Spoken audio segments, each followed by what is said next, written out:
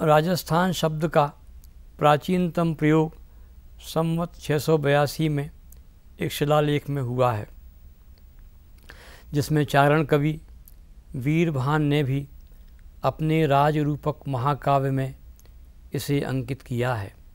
प्रदेश के अर्थ में James Tod ने इसका प्रयोग किया है। राजस्थान में प्राचीन काल से अनेक जातियों का निवास रहा है और अनेक नई जातियों का आगमन भी होता रहा है। राजस्थान को राजपूताना नाम से भी अंकित किया गया है और राजस्थानी समस्त राजस्थान क्षेत्र की भाषा है।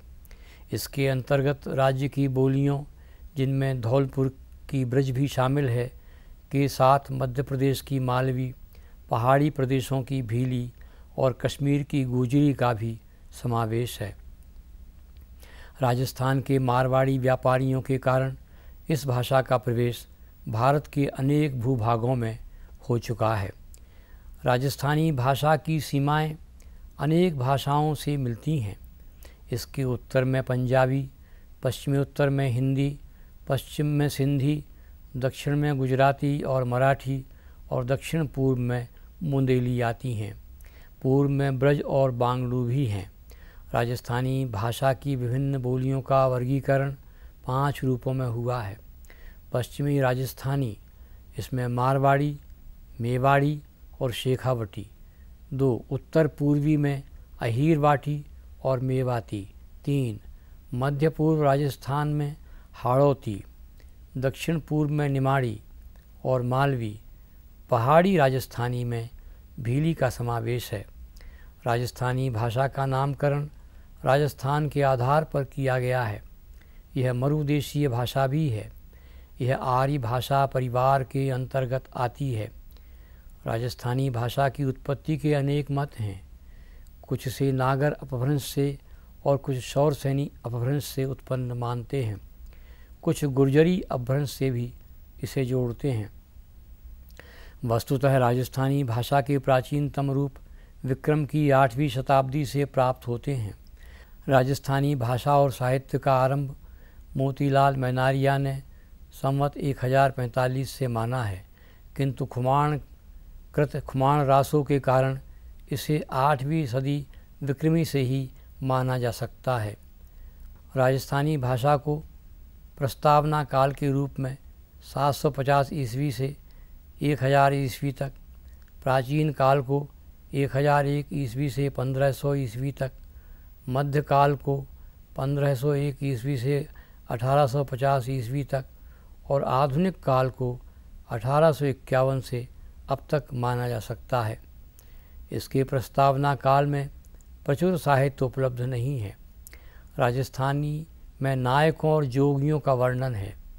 राजस्थान पर मुसलमानों के आक्रमणों के कारण अनेक प्रकार के परिवर्तन हुए।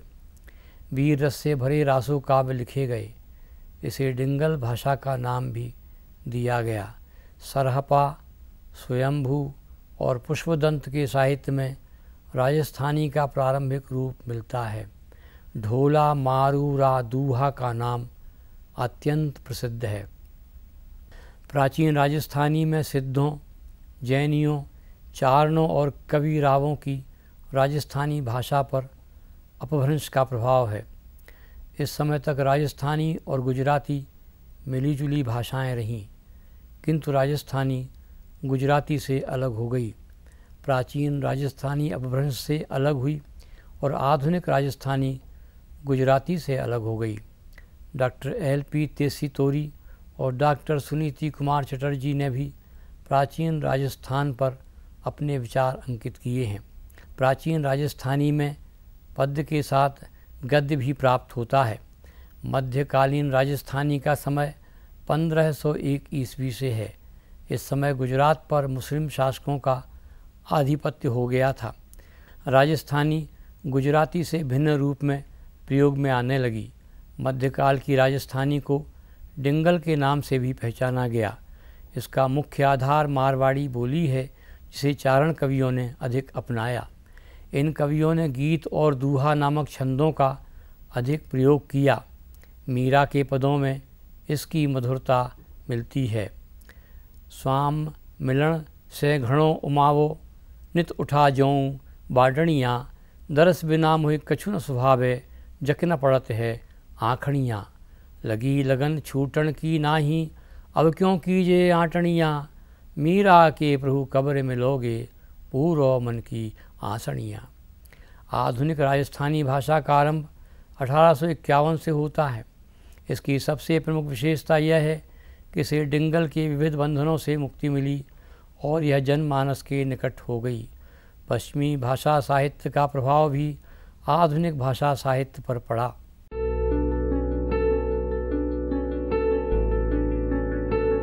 राजस्थानी साहित्य का विकास।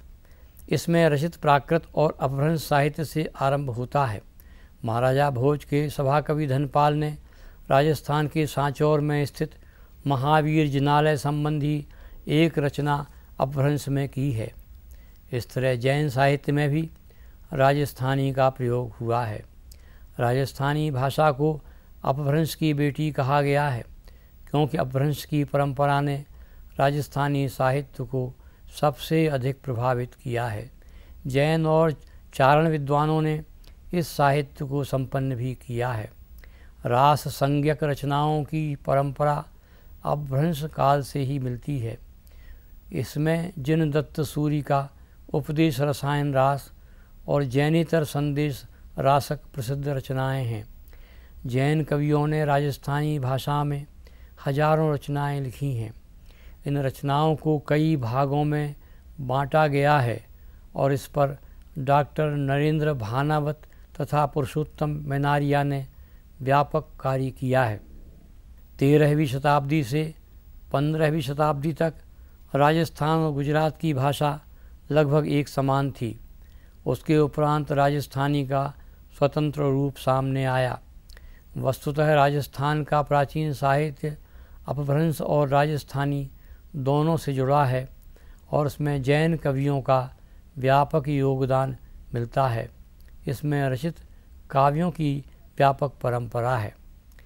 मध्यकालीन राजस्थानी साहित्य का निर्माण 13वीं शताब्दी से होता है। 14वीं शताब्दी तक जितनी भी राजस्थानी रचनाएं मिलती हैं वे सभी जैन कवियों ने लिखी हैं। 15वीं शताब्दी से प्राचीन गुजराती या राजस्थानी की जैनेतर रचनाएं भी मिलती हैं।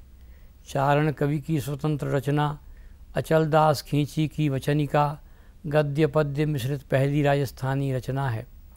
इसमें गागरोन गढ़ के अचलदास खींची और मालवा के सुल्तान आलम शाह के युद्ध का वर्णन है। चारण कवि शिवदास ने संवत 1472 के आसपास इसे बनाया। इस प्रकार 15वीं शताब्दी में राजस्थानी साहित्य में एक नया मोड़ आया। 15वीं शताब्दी में बड़े रास काव्य भी रचे गए और अपभ्रंश का प्रभाव भी कम हो गया। 15वीं शताब्दी के उल्लेखनीय जैन कवियों में राजशेखर सूरी, जिनोदय सूरी, जयशेखर सूरी जैसे अनेक महत्वपूर्ण नाम हैं। 16वीं शताब्दी में भी कई अच्छे राजस्थानी जैन कवि हुए हैं।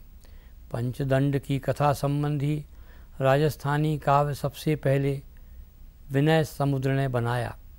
उनके पदम चरित में जैन रामायण की कथा है। विनय समुद्र ने राम काव्य लिखा। कुशल लाभ ने ढोला मारू के प्राचीन दोहों को शामिल कर ढोला मारू चौपाई नामक रचना बनाई।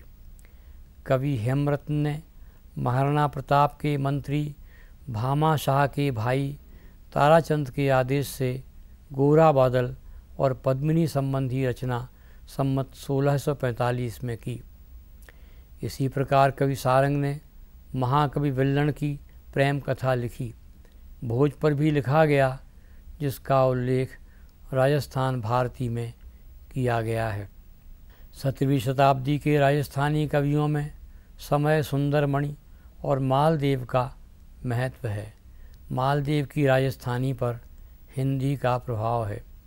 जिनराज सूरी का शालीभद्र रास सर्वाधिक प्रसिद्ध राजस्थानी काव्य है। कवि केशराज ने राम कथा लिखी। कवि केशव ने प्रसिद्ध प्रेम कथा की रचना की। 18वीं शताब्दी में राजस्थानी भाषा के सबसे बड़े कवि जिनहर्ष हुए हैं। जिनहर्ष के गुरु भ्राता लाभवर्धन, कवि कमल हर्ष जैसे कवियों ने महाभारत के कथानक के आधार पर रचनाएं लिखीं। महिमा समुद्र, जो बाद में जिन समुद्र सूरी नाम से प्रसिद्ध हुए, ने राजस्थानी भाषा में काफ़ी रचनाएं लिखी हैं। अन्य कवियों में धन्यवर्धन, विनय चंद्र, आनंद घन जैसे अनेक कवियों के नाम शामिल हैं। 19वीं शताब्दी के कवियों में ज्ञानसार जी उच्च कोटि के योगी थे। हिंदी व राजस्थानी दोनों में उनकी रचनाएं मिलती हैं। राजस्थानी जैन साहित्य में प्राचीन गद्य की प्रचुरता के साथ इतिहास प्रधान रचनाओं की अधिकता है। चारण कवियों की भाषा परंपरागत थी, पर जैन रचनाओं में बोलचाल की सरल भाषा का उपयोग हुआ। चारण कवियों ने वीर और श्रृंगार रस का साहित्य अधिक लिखा है। मध्यकालीन राजस्थानी में लोक कथाओं और लोकगीतों की व्यापक रूप से रचना हुई है। जैनेतर ग्रंथों में भी 15वीं शताब्दी में राजस्थानी गद्य शैली का प्रयोग हुआ है। चारण कवि के डिंगल गीत हजारों की संख्या में उपलब्ध हैं, जिन्हें चारण कवियों ने रचा है। ढोला मारूरा दूहा अत्यंत प्रसिद्ध काव्य है, किंतु उसके रचनाकार का ठीक से पता नहीं है। यह एक प्रसिद्ध प्रेम कथा है। चारण कवि राज्याश्रित थे और उन्होंने इसी कारण इतिहास प्रधान वीर रस की कविताएं लिखी हैं। अनेक चारण कवि वीरों के साथ युद्ध भूमि में भी रहते थे। इन चारणों ने गद्य का भी व्यापक प्रयोग किया है, जिनका संपादन नरोत्तम दास ने किया है। चारण कवियों में भक्ति और नीति संबंधी रचनाएं भी मिल जाती हैं। चारण कवियों के अलावा कुछ राजाओं ने भी राजस्थानी में रचनाएं लिखी हैं, जिसमें बीकानेर के महाराज पृथ्वीराज रचित कृष्ण रुक्मणी री बेली राजस्थानी की सर्वोत्कृष्ट काव्य रचना है। राजस्थानी साहित्य को संपादित करने का श्रेय कलकत्ता विश्वविद्यालय को है। एशियाटिक सोसाइटी के टेसिटरी ने भी डिंगल साहित्य का संपादन किया है। राजस्थानी रचनाओं का क्षेत्र अत्यंत व्यापक है। बीसर देवरास की रचना नरपति नाल ने की है, जो बोलचाल की राजस्थानी में लिखा गया है। श्रीधर व्यास ने रणमल्ल छंद लिखा है। मुस्लिम कवि बादर ने राठौर राव के चरित्र को लेकर वीरमायण नामक काव्य लिखा है। इस प्रकार मध्यकालीन राजस्थानी साहित्य अत्यंत संपन्न है। प्रेम कथाओं की साहित्य में भरमार है। ढोला मारू के साथ ही सदैव वत्स, माधवानल, काम कंदला जैसी प्रेम कथाएं मिलती हैं। प्रेम कथाओं से संबंधित लोकगीत भी व्यापक रूप से लिखे गए हैं। इसी प्रकार वीर रस का भी प्रयोग हुआ है, क्योंकि राजस्थान में शौर्य और प्रेम का घनिष्ठ संबंध रहा है।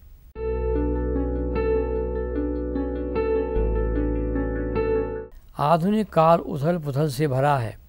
देश में अराजकता रही और राजस्थान में राजाओं में परस्पर प्रतिस्पर्धा के कारण शांति नहीं रह सकी। यूरोप में 2 महायुद्ध हुए और इस तरह आधुनिक राजस्थानी साहित्य पर भी इसका प्रभाव पड़ा है।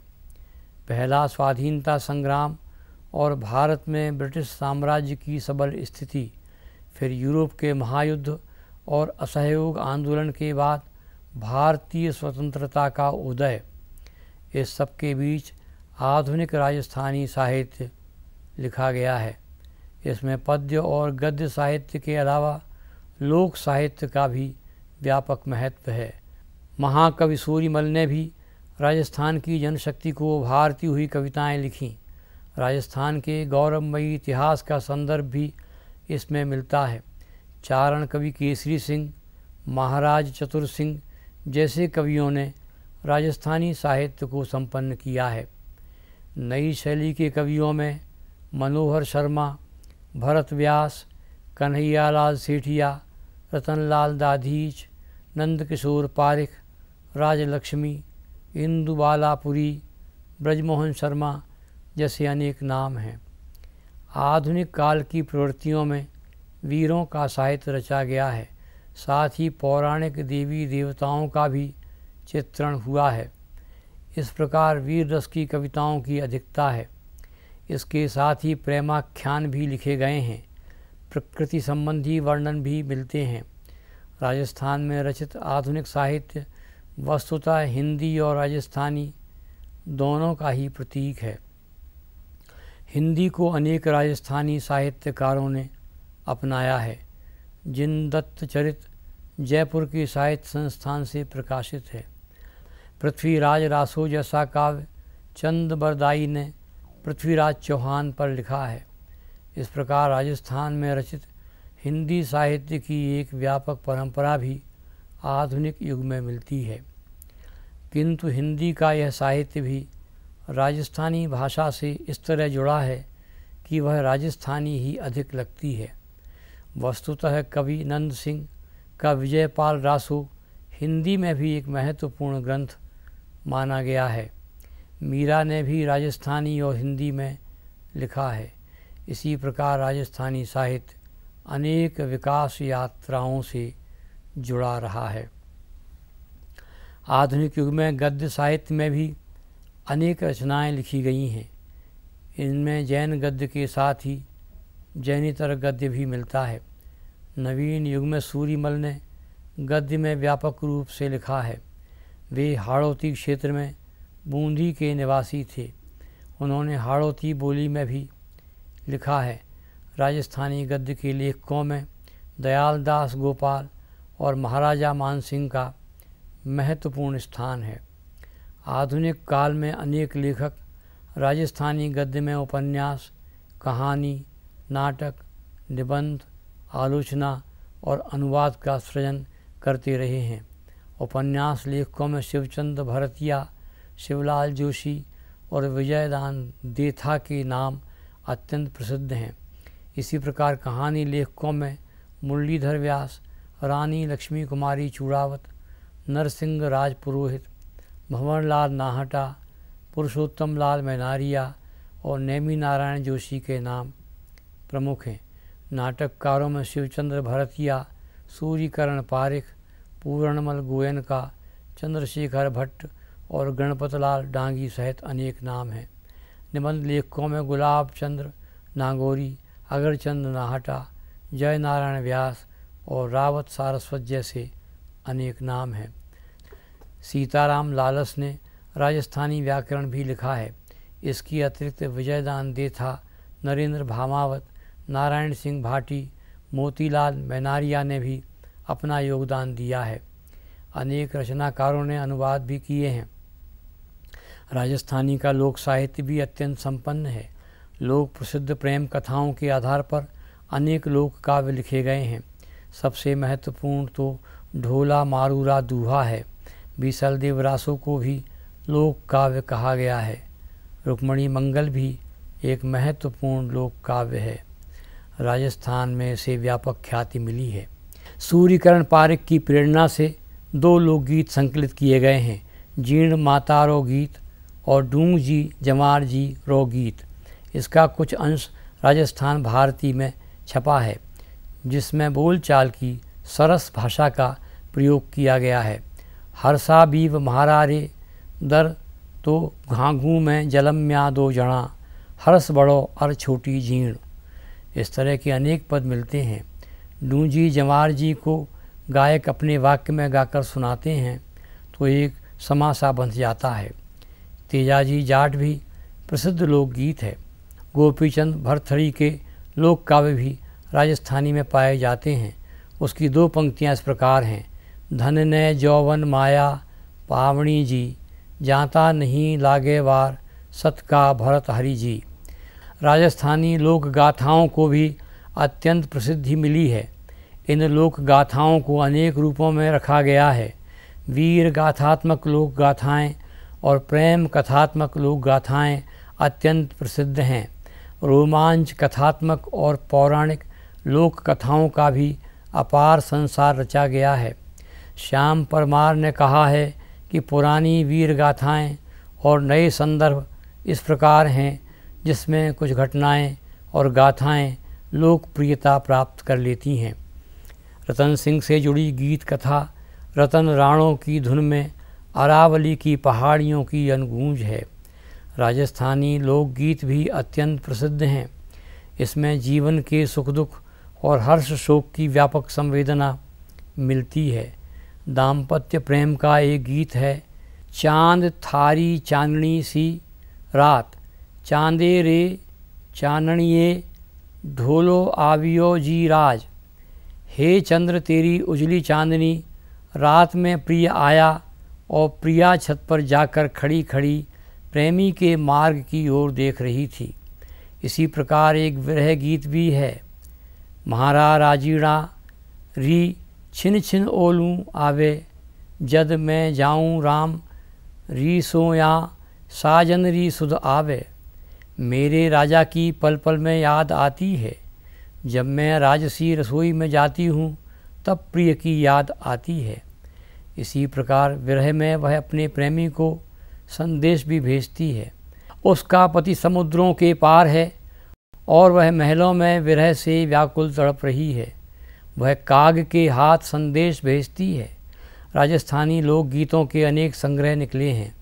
सूर्य किरण पारिख ने राजस्थानी लोकगीत लिखी है। विजयदान देथा अत्यंत प्रसिद्ध रचनाकार हैं और उन्होंने भी लोकगीतों के सुंदर संकलन निकाले हैं। इसी प्रकार लोक कथाएँ और कहावतें भी हैं।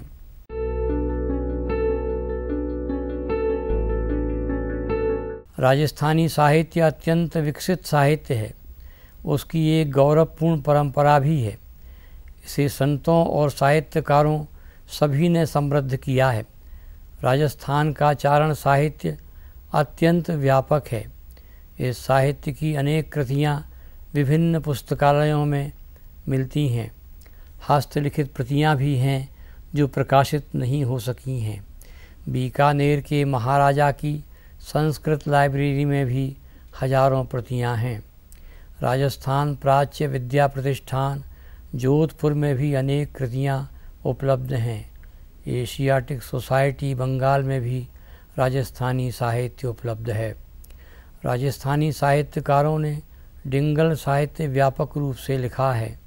महाकवि चंद बरदाई का पृथ्वीराज रासो तो अत्यंत महत्वपूर्ण ग्रंथ है, जिसे हिंदी में भी उच्च शिक्षा संस्थानों में पढ़ाया जाता है।